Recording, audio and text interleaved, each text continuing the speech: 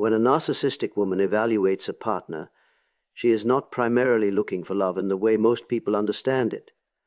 She is assessing psychological leverage. This is why emotional self-sufficiency becomes such a rare and magnetic trait. A man who can sit with his own thoughts, regulate his emotions, and remain internally stable regardless of external validation represents something she cannot easily influence. And what cannot be influenced cannot be controlled. From a psychological perspective, emotional self-sufficiency signals individuation. The Jungian idea that a person has developed a solid inner center rather than borrowing identity from others. This kind of man does not need constant reassurance, does not panic when affection fluctuates, and does not chase emotional highs to avoid inner emptiness. His sense of worth is not negotiated moment by moment through someone else's approval. This quiet inner stability immediately disrupts the narcissistic dynamic, which depends on emotional dependency to maintain power. What is fascinating is that this independence produces two opposing reactions at once. On the surface, it unsettles her. She may test it, provoke it, or attempt to destabilize it. But underneath, there is admiration. Emotional self-sufficiency mirrors what she lacks internally, even if she would never admit it. She is drawn not to emotional coldness, but to emotional containment, the ability to feel deeply without leaking control. This is why strength here is silent. It is not detachment born of fear, but composure born of self-knowledge. The man who can remain present without needing to be chosen communicates something powerful. Without saying a word, I am already whole. And that is the reflection worth sitting with, because the moment you stop needing to be completed by another, you become someone others cannot help but respect. Once emotional self-sufficiency is established, boundaries become its natural expression. And here is where many people misunderstand strength. They assume boundaries must be loud, defensive, or aggressively enforced. In reality, the boundaries a narcissistic woman secretly respects are the quiet ones, the kind that do not ask for permission, explanation, or validation. These boundaries exist not to control her behavior, but to protect the individual's inner order. Psychologically speaking, a boundary without guilt signals a fully formed sense of self. When a man says no without apologizing, over-explaining, or bracing for rejection, he communicates that his time, values, and emotional energy are not up for negotiation. This is deeply unsettling to someone who relies on emotional leverage. The usual tools, pressure, charm, withdrawal, fail to penetrate when there is no emotional hook attached. What often happens next is testing. A narcissistic woman may push, provoke, or frame boundaries as selfishness or coldness. This is not confusion, it is calibration. She is measuring whether the boundary is real or performative. When the response remains calm and consistent, something shifts. Respect emerges, not because she agrees with the boundary, but because she recognizes its solidity. From a Jungian perspective, this reflects ego strength. The individual is not fragmented by conflict or destabilized by disapproval. He does not collapse into people-pleasing, nor does he escalate into dominance. He simply remains anchored.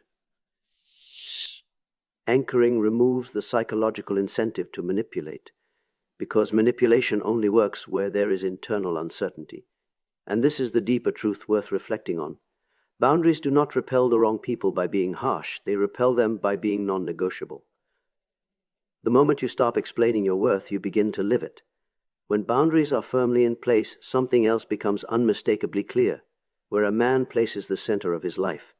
A narcissistic woman may speak endlessly about loyalty and devotion, but what she secretly responds to is priority. And nothing reveals priority more clearly than a life guided by purpose, rather than relationship preservation. Purpose is not an accessory to identity. It is the axis around which everything else turns. From a psychological standpoint, purpose represents direction, and direction implies self-trust. A man who is oriented toward a mission, whether creative, intellectual, professional, or spiritual, does not unconsciously outsource meaning to A partner. He is not looking for someone to fill an inner vacuum. This immediately disrupts the narcissistic dynamic, which depends on being the emotional and psychological center of another person's world. When she realizes she is not the axis, something complex emerges, resistance on the surface, respect underneath. This is why purpose often provokes competition. She may attempt to pull attention away from it, frame it as neglect, or test whether it can be abandoned for the sake of harmony. These moments are not accidents, they are assessments. What she is watching for is whether the man betrays himself to preserve connection. When he does not, when he remains steady and non-dramatic, his value increases even if conflict momentarily rises. In Jungian terms, this reflects alignment with the self rather than inflation of the ego. The man is not driven by dominance or validation, but by coherence. His life has a direction that existed before the relationship and will continue after it. This continuity communicates strength without force. And here is the reflection worth carrying forward. When your life has meaning beyond being chosen, you stop asking for permission to exist. And paradoxically, that is when you become most desirable. Once a man is anchored in purpose, the way he relates emotionally begins to matter in a very specific way. A narcissistic woman is not drawn to emotional absence, nor is she impressed by emotional excess. What she secretly recognizes as high value is emotional depth paired with restraint. The ability to feel fully without spilling one's inner world into the hands of another is a form of quiet mastery. Psychologically, this balance reflects emotional intelligence rather than emotional dependence. A man who can articulate insight, empathy, and awareness without turning every feeling into a performance signals inner order. He understands his emotions, but he does not seek relief from them through constant disclosure. This is deeply disarming to someone who expects emotional exposure to become a point of leverage. When there is nothing to exploit, manipulation loses its grip. From a Jungian lens, this is the difference between being possessed by emotion and relating to emotion consciously. Many people confuse vulnerability with oversharing, but they are not the same. Vulnerability involves truth. Oversharing often masks a desire for reassurance, bonding, or rescue. The narcissistic dynamic feeds on this leakage. Emotional containment, by contrast, preserves autonomy while allowing genuine connection to exist. This is why such a man often appears mysterious, even when he is being honest. His silence is not avoidance, it is discernment. He chooses what to share, when to share, and with whom. That selectivity creates psychological depth, because it communicates that his inner life has value and structure. She may sense that she is not granted unlimited access, and paradoxically, this limitation increases her interest.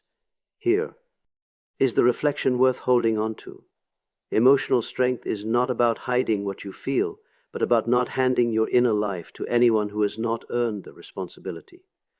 When you respect your own depths, others learn to do the same. As emotional depth becomes grounded in restraint, something even more revealing comes into focus: how a man relates to approval itself. A narcissistic woman is highly attuned to reactions. Praise and criticism are not merely expressions, they are instruments. What she secretly recognizes as high value is a man who is not moved by either. Not because he is indifferent to connection, but because his sense of worth does not fluctuate with external feedback. From a psychological standpoint, detachment from approval signals internal authority. This is not arrogance, and it is not defensiveness. It is the quiet confidence that comes from self-evaluation rather than constant comparison. When compliments do not inflate the ego and criticism does not provoke collapse or retaliation, the usual mechanisms of influence lose their potency. There is no emotional spike to reward, no wound to exploit. In Jungian terms, this reflects integration rather than identification. The man does not confuse others' projections with his identity. He understands that praise often reveals the needs of the one giving it, and that criticism often reveals unresolved conflict in the one expressing it. By not personalizing either, he remains psychologically sovereign. T. His neutrality often creates discomfort. A narcissistic woman may increase flattery to provoke attachment or escalate criticism to provoke reaction. Both are tests. She is gauging whether she can still define the emotional climate. When neither tactic works, something shifts. Control gives way to curiosity, and admiration quietly replaces certainty. What makes this posture so powerful is its invisibility. There is no announcement of confidence, no demand for recognition. The man simply continues in alignment with his values, unmoved by the emotional weather around him. This steadiness communicates something rare, self-trust. And here is the reflection to carry forward. When your worth is no longer negotiated through applause or rejection, you become someone no one else can destabilize when all of these qualities converge. Emotional self-sufficiency, firm boundaries, purpose, depth, and inner authority, they express themselves in one final, unmistakable capacity, the ability to walk away without spectacle. This is the trait a narcissistic woman fears most and respects most, precisely because it removes the last lever of control. Not the threat of leaving, not dramatic ultimatums, but the calm understanding that staying is a choice, not a necessity. Psychologically, the willingness to walk away reflects non-attachment. It does not mean indifference or cruelty, it means clarity. A man who can leave without rage, pleading, or revenge demonstrates that his identity does not depend. D. On the relationship's survival. There is no bargaining with his dignity, because it is not something he negotiates under pressure. This composure collapses the narcissistic dynamic, which thrives on emotional escalation and dependency. From a Jungian perspective, this is an encounter with the shadow. The narcissistic woman is forced to confront the reality that she is not the source of another's meaning or stability. Attempts to provoke jealousy, guilt, or fear of loss often intensify at this stage. These are not signs of love, they are final tests. What she is watching for is whether the man abandons himself to avoid separation. When he does not, when he remains steady, respectful, and resolute, the psychological balance shifts. Control dissolves. Respect, though unspoken, takes its place. This is why the most powerful exit is the quiet one. No explanations designed to be understood. No emotional theatrics meant to be remembered. Just alignment with self and movement forward. And here is the closing reflection worth acting on. The moment you know you can walk away with your integrity intact is the moment you stop being controlled by the fear of loss and begin living from strength rather than survival.